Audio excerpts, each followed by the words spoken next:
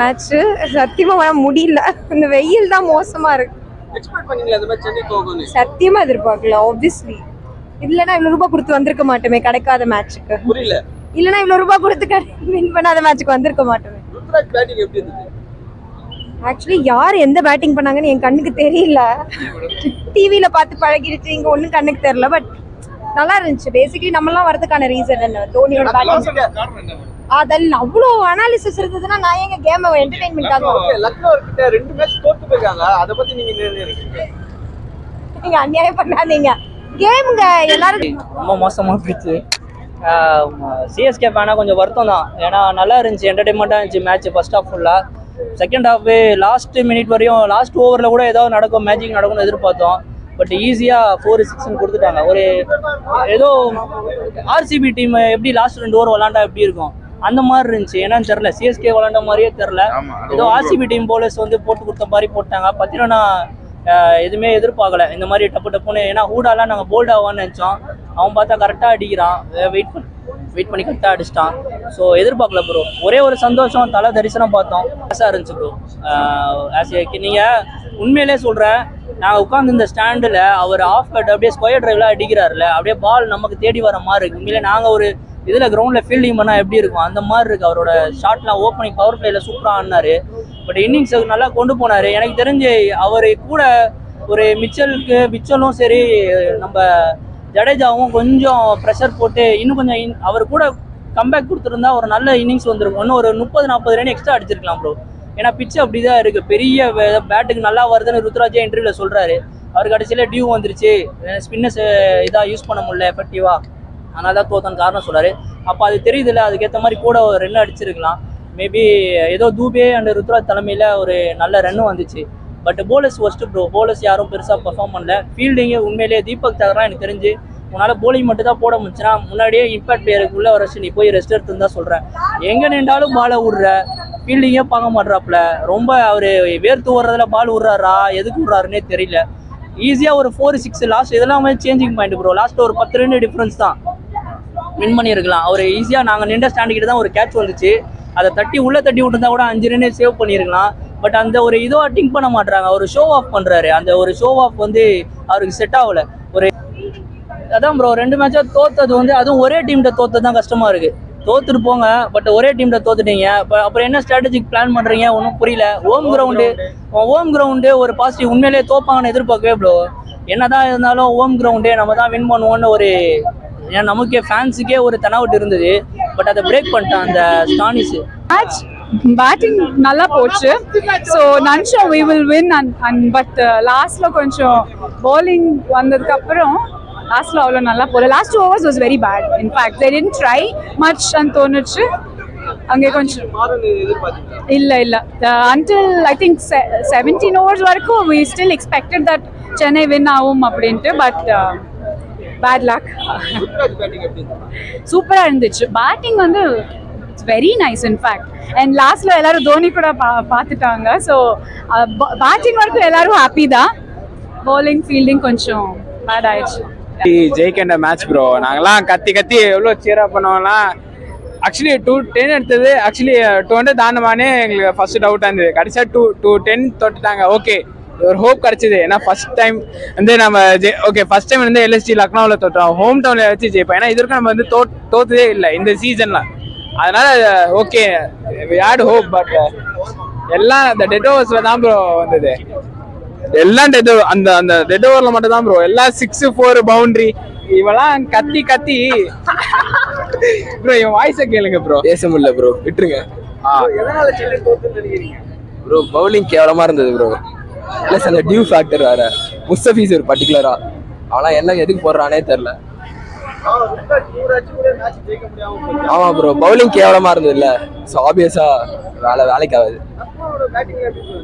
லக்னோ பக்காவா இருந்தது bro. Marcus ஸ்டானிஸ்லாம் பக்காவா செஞ்சுட்டான். என்ன பண்றது, தோத்துட்டோம் அவ்வளவுதான். நல்லாவே பேட்டிங் பண்ணாரு. பட் ஓகே நம்ம டீம் தான், நம்ம தானே சப்போர்ட் பண்ணணும். லாஸ்ட் கொஞ்சம் பவுலிங் மட்டும் மிஸ்டேக் ஆச்சு. Otherwise nothing. நல்ல வளரலாம். we want CSK win again. we want cup. வேற லெவல். ருத்ராஜ் கெய்க்வாட் வந்து பயங்கரமாக விளையாண்டாரு. மார்வலஸ் பேட்டிங் சூப்பராக இருந்தது. தூபை சூப்பராக விளையாண்டாரு. நம்ம பேட்டிங் சைட்லாம் ஒன்றுமே குறை சொல்ல முடியாது. பவுலிங் தான் கொஞ்சம் மிஸ்டேக் ஆச்சு. அது லாஸ்ட் ஓவரில் தான் மிஸ்டேக் ஆச்சு. அதர்வைஸ் நம்ம வந்து நல்லா தான் ப்ரோ 2 மேட்ச் லாஸ் ஆனா நம்ம தானே கப்பு சிஎஸ்கே நம்ம தான் கப் எடுப்போம் ப்ரோ. ஓகே ஃபர்ஸ்ட் ஹாஃப்ல வந்து ரொம்பவே சூப்பராக இருந்தது. நம்ம ருத்துராஜ் டூபே எல்லாம் சூப்பராக பண்ணாங்க. அதே மாதிரி எம்எஸ் அந்த தலை தரிசனம் வந்து கிடைச்சது எல்லாத்துக்கும். ஒரு பால் வந்து செமையாக இருந்தது. அது ஃபர்ஸ்ட் ஹாஃப் வந்து பவுலிங் நல்லா தான் இருந்தது. பட் ஆனால் செகண்ட் ஹாஃப் கொஞ்சம் பேக் சைடில் வந்து கொஞ்சம் டஃப்பாக இதாகி ஸ்டோயினிஸ் வந்து சூப்பராக விளாண்டாரு அவர். ஸோ நெக்ஸ்ட் மேட்ச் பார்த்துக்கலாம். பெட்டர் ஹாஃப் நெக்ஸ்ட் ஹாஃப்ல பார்த்துக்கலாம் எல்லாமே. ஏன்னா எதிர்பார்த்ததோட ஒரு பெட்டர் ஸ்டார்ட் தான் கொடுத்துருந்தாங்க. ஆனால் செகண்ட் ஹாஃப் அது மாதிரி அவங்க ஃபீல்டிங் மிஸ்டேக் ரொம்ப நிறையா இருந்தது. சுத்தமாக Deepak Sagar first performance bro. இன்னைக்கு ஒரு 4 2 6 கைக்கு வந்து கேட்ச் விட்டது. பத்திரா சூப்பர் ஸ்பெல் இன்னைக்கு கொண்டாருப்பல. But fielding ஒத்துழைக்கல. நமக்கு கிரௌண்ட் லைட்டாக டியூ அதிகமாக இருந்தது. ஸோ இதெல்லாம் கொஞ்சம் அவாய்ட் பண்ண ஃபீல்டிங் இன்னும் கொஞ்சம் பெட்டர் பண்ணால் நல்லாயிருக்கும். அதே மாதிரி எல்எஸ்ஜியோட மிடில் ஆர்டர்னா ரொம்ப ஸ்ட்ராங். அந்த மிடில் ஆர்டரை உடைக்கவே முடியல. அப்படி ஒரு ஸ்ட்ராங்கான ஒரு பேஸ்மெண்ட் அது. ஸோ அந்த மிடில் ஆர்டரை உடைக்காதது தான் நம்மளோட ஒரு பெரிய டிராபேக்காக இருந்திருக்கும் இந்த மேட்ச்ல கண்டிப்பா. ஏன்னா அது கரெக்டாக நீங்கள் உடைச்சிருந்தாலே இந்த அளவுக்கு ரன் அவங்களால அடிச்சிருக்க முடியாது. ஸ்டானிஸ் நிக்கோலஸ் புரன் அவங்களுக்கு முன்னாடி வந்தவங்க இந்த மாதிரி மேட்சை வந்து ஒரு வெற்றி பாதைக்கு அவங்கள கொண்டுட்டு போயிட்டாங்க. தம்பு உங்களோட கருத்து எதனா இருக்குங்களா? என்னோட கருத்து சிஎஸ்கே தோற்று தான் கொஞ்சம் கவலையாக இருக்கு. 2 மேட்ச் தோத்துருக்காங்கன்றதுக்கு இல்லை. ஏன்னா as per பவுலிங் கண்டிஷன் பிச்சுக்கு ஏற்ற மாதிரி மாறலாம். பட் அங்கே நம்ம தோத்துருந்தாலும் நம்ம ஹோம் கிரவுண்டில் தோத்தது ரொம்ப கஷ்டமாக தானே இருக்கு. நம்மளால ஒன்றும் பண்ண முடியல. ஆக்சுவலாக அவங்க அந்த மாதிரி ஒரு பேட்டிங் கொடுத்துட்டாங்க. பட் ஓகே சாட்டிஸ்ஃபேக்ஷனாக தான் இருந்தது. வந்த மேட்சுக்கு ஓகே தான். சிஎஸ்கே நம்மள சாட்டிஸ்ஃபேக்ஷன் பண்ணிட்டாங்க.